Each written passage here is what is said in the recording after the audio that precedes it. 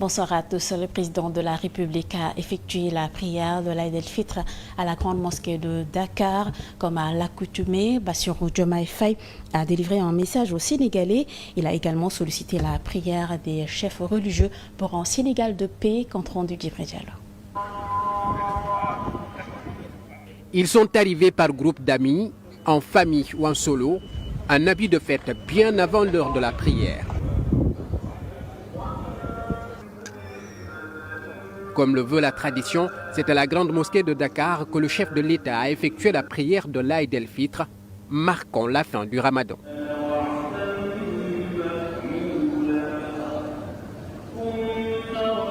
Dans son message, le président de la République a remercié les autorités religieuses et coutumières pour leur rôle essentiel dans la préservation de la paix sociale, de la cohésion nationale et l'enracinement des valeurs spirituelles dans la société.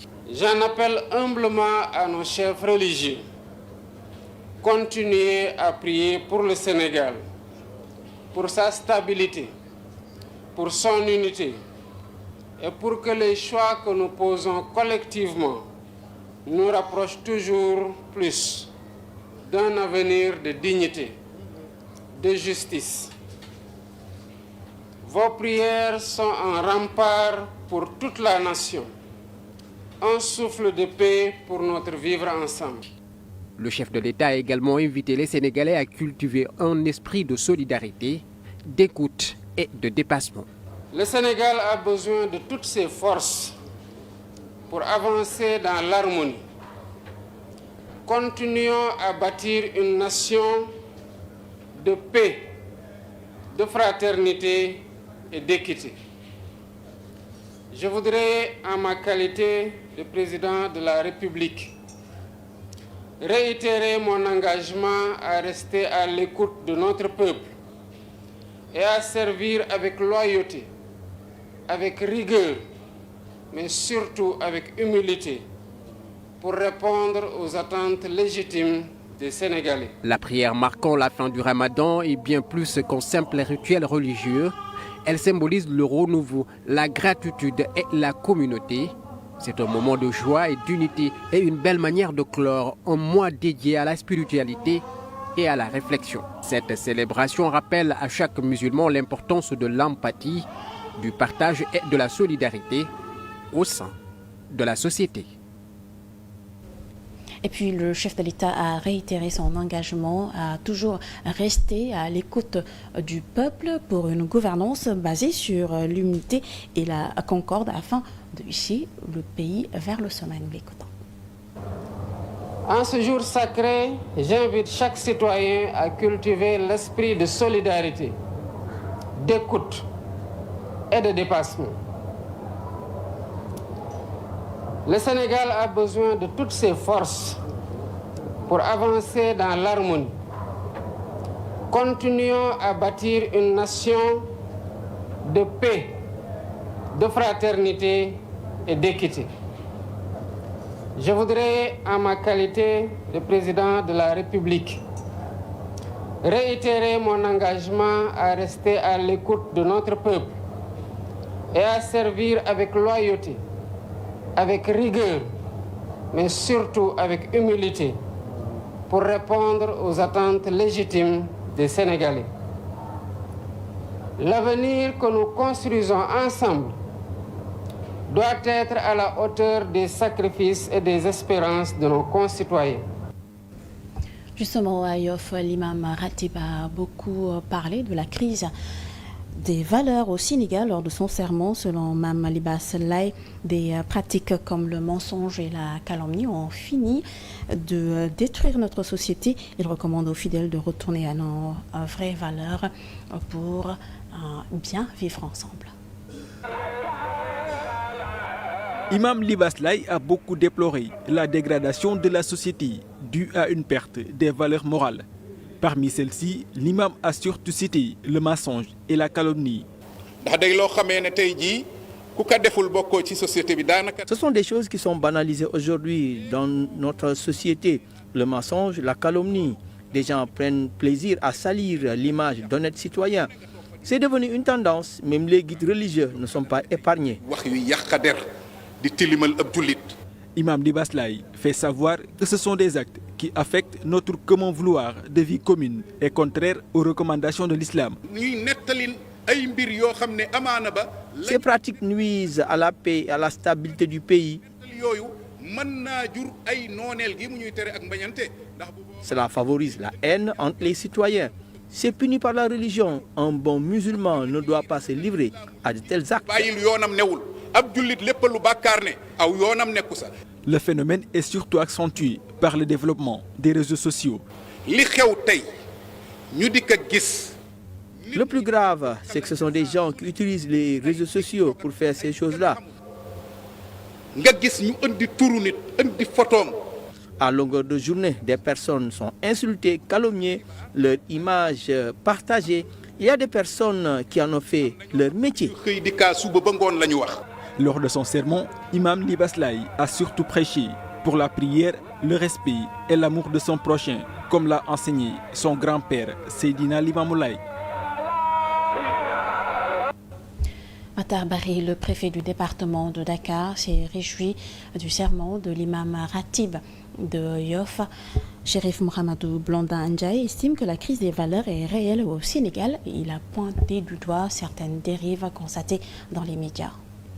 Sermon de haute facture que nous a délivré ce matin, qui est un rappel aux valeurs cardinales de l'islam, mais également qui est un rappel au retour aux valeurs islamiques, mais également par rapport à notre environnement. Ce sont des messages extrêmement importants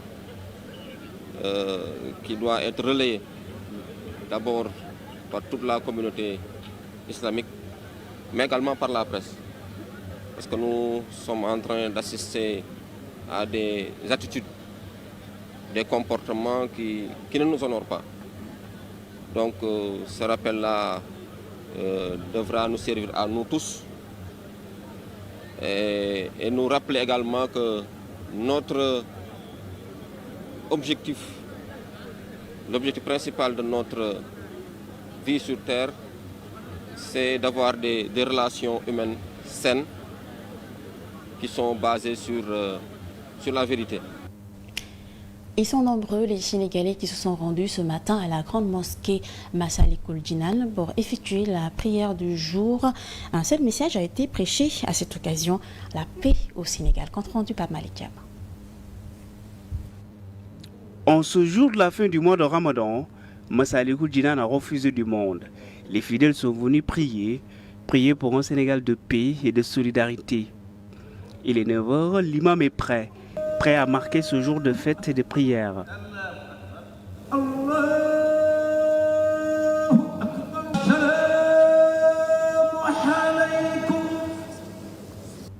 Après la prière, le prêche de l'imam s'articule autour du temps.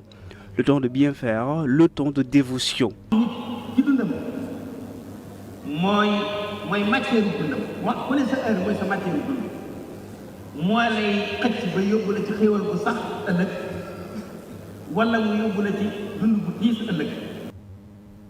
Et ce temps a une influence directe sur nos actes, sur nos intentions. Donc il faut faire vite quant au projet de développement. Notre conscience que le temps est totalement contre nous et que nous devons nous mettre définitivement sur les rails du développement, identifier la bonne fenêtre de tir et essayer quand même de tout faire, de mettre toutes les énergies ensemble pour ne plus perdre du temps.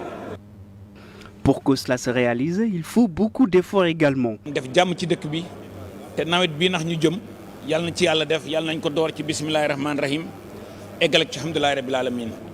te jàppale ba yàlla suñu borom mi nga xam ne ni dara tëw ko sabab bi nga xam ne nii son excellence président de la République ak premier ministre bi ñoo ngi koy sabab ci réew mi yàlla àggale ko. Massalikul Jinan a sacrifié sa tradition, une tradition basée sur les appels au respect, à la tolérance et à la paix, et surtout à une bonne entente entre Sénégalais. Et Massalikul Jinan, le ministre de l'Agriculture et de la Souveraineté alimentaire, s'est prononcé sur l'hivernage à venir et la campagne agricole. Babou Diagne espère que toutes ces prières vont être bénéfiques pour avoir une bonne saison. Nous l'écoutons. Nous profitons aussi de cette occasion pour prier pour que ce prochain hivernage que nous comptons, que nous entamons, que le Dieu le Tout-Puissant fasse que la souveraineté alimentaire et la sécurité alimentaire, qui est notre ambition la plus noble, qu'on la réalise. Et j'ai l'intime conviction que si nos cœurs s'unissent, si nos bras s'unissent, nous n'avons aucune raison de ne pas atteindre nos objectifs. À la mosquée de la Divinité, la prière qui a rassemblé beaucoup de monde a été dirigée ce matin par l'imam Nyambechen à l'issue des 2 rakas. Il a invité les fidèles à un retour aux valeurs islamiques pour vivre en harmonie. Nous devons respecter les enseignements du Saint-Coran. Alors nous devons quand même miser sur les préceptes islamiques tels que nous l'a enseigné le Tout-Puissant. Nous sortons du mois béni de Ramadan. Alors il nous faut avoir en bandoulière des valeurs islamiques. C'est ce qui nous permet de retrouver notre havre de paix et de respecter notre vivre ensemble tel que nous l'a enseigné le Tout-Puissant. J'appelle les fidèles au respect des préceptes islamiques. Cela fait des années que les musulmans, notamment au Sénégal, restent divisés sur le croissant lunaire. Nous devons trouver une solution parce que prier aujourd'hui, d'autres demain, dans tous les cas, ce n'est pas respectueux. Il nous faut trouver une solution et mettre fin à cette division. Allons à présent à Kédougou, où le président des imams et oulémas du Sénégal est largement revenu sur la réduction des prix des denrées de première nécessité lors de la prière des 2 rakas. Il a aussi exhorté les sociétés minières qui sont dans la région à employer les jeunes pour lutter contre la migration irrégulière. En ce qui concerne l'emploi des jeunes de Kédougou, dans la région de Kédougou, comme on le sait, c'est une région qui est riche en richesse minière. Il a interpellé le gouvernement à ce qu'en tout cas qu'il vienne en aide aux jeunes. En ce qui concerne également la baisse des prix de première nécessité, et c'est ce qui est important, il a dit que quand quelqu'un a faim, il ne peut rien faire.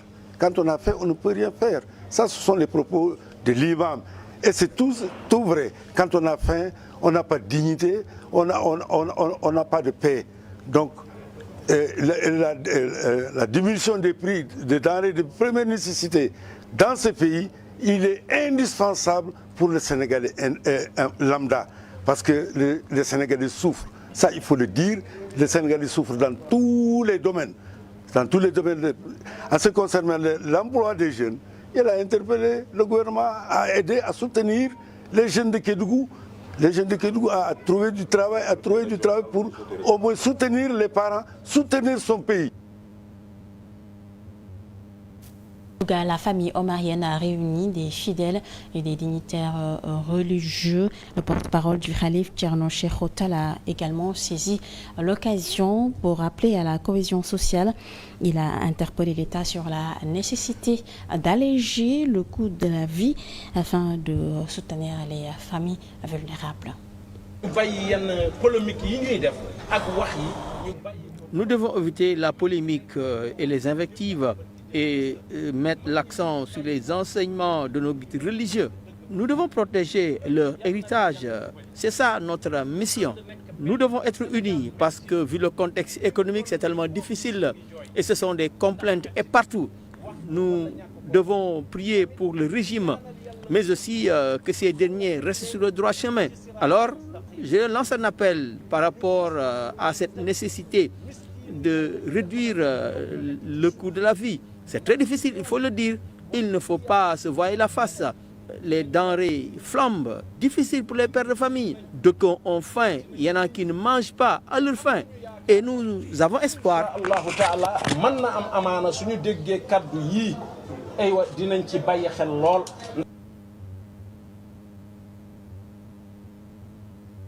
Les fidèles musulmans ont afflué vers la mosquée de Kabatoki à Kaolack. L'imam a axé son prêche sur le contenu des plateaux télévisés. Il a également plaidé en faveur de l'emploi des jeunes. Nous invitons tous les fidèles à un retour vers les enseignements islamiques. Il ne faut pas aussi oublier que la mort nous guette.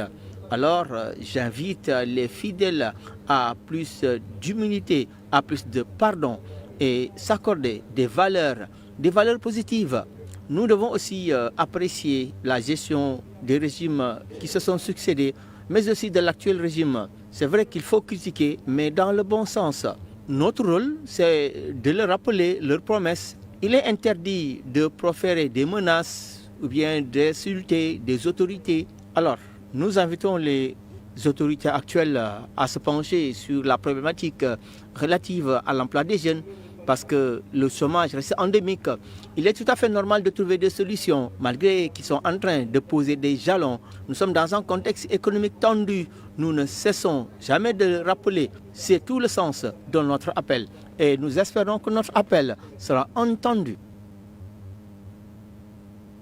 Nous parlons également politique dans ce journal. La cellule de communication de la nouvelle responsabilité a publié ce lundi 31 mars un communiqué de presse visant à réaffirmer l'engagement politique d'Amadou Ba, ancien Premier ministre, au sein du camp de l'opposition sénégalaise.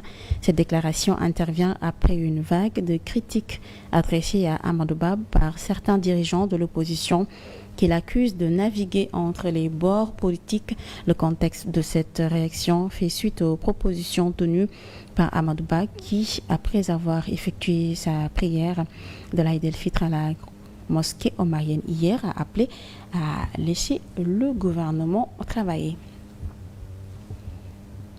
Actualité internationale pour terminer, Marine Le Pen, la chef de file du Rassemblement national, a été reconnue coupable de détournement de fonds publics et condamnée à 4 ans de prison, dont 2 fermes aménagées sous bracelet et à une peine d'inéligibilité de 5 ans avec exécution immédiate par le tribunal de Paris dans l'affaire des assistants parlementaires fictifs du RN.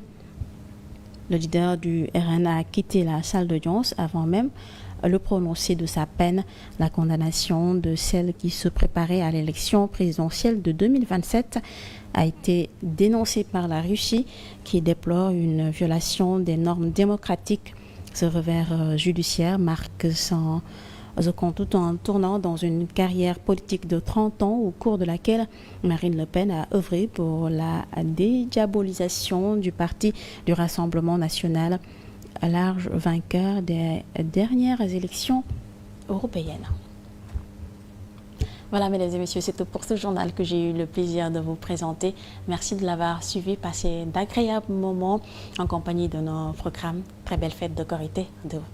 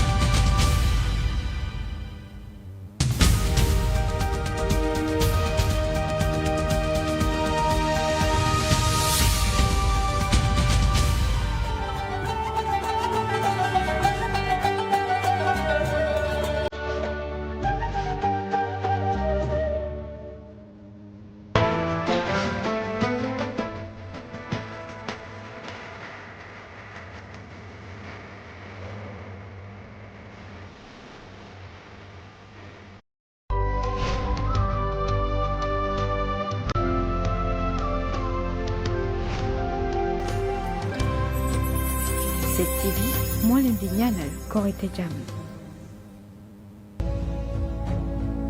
7 TV, votre chaîne préférée, vous suit partout et vous pouvez la suivre presque sur toutes les plateformes. Sur la TNT, 7 TV est au canal 10.